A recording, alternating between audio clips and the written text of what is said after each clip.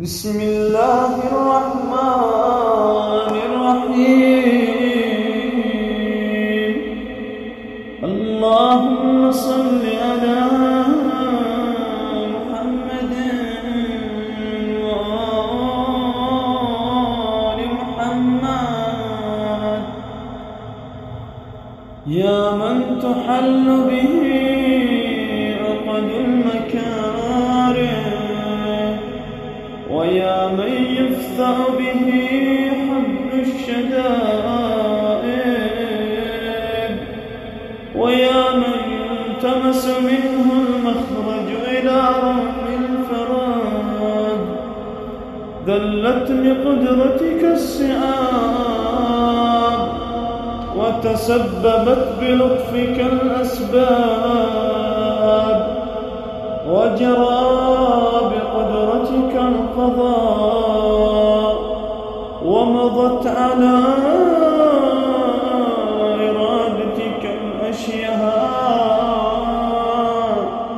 فهي بمشيئتك دون قولك مؤتمرة، وبإرادتك دون نهيك منزجرة. أنت المدعو للمهمات، وأنت المفزع في الملمات. لا يندفع منها إلا ما دفعت، ولا ينكشف منها إلا ما كشفت.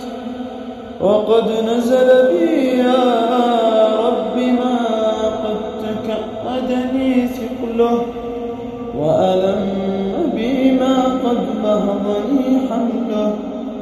وبقدرتك أوردته علي، وبسلطانك وجهته إليه. فلا مصدر لما أوردت، ولا صارف لما وجهت، ولا فاتح لما أغلقت، ولا مغلق لما فتحت، ولا ميسر لما أسرت، ولا ناصر لمن خذلت. فصل على محمد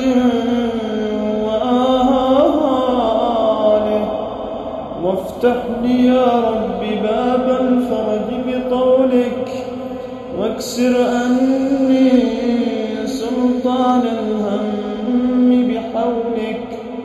وألن لي حسن النظر فيما شكوت، وأذقني حلاوة الصلح فيما سألت. وهب لي من لدنك رحمة وفرجا هنيئا، واجعل لي من عندك مخرجا وحيا. ولا تشغلني بالاهتمام عن تعاهد فروضك واستعمال سنتك، فقد ضقت لما نزل بي يا رب درعا،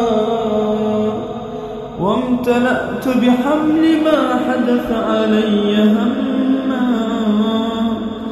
وأنت القادر على كشف ما منيت به، ودفع ما وقعت فيه.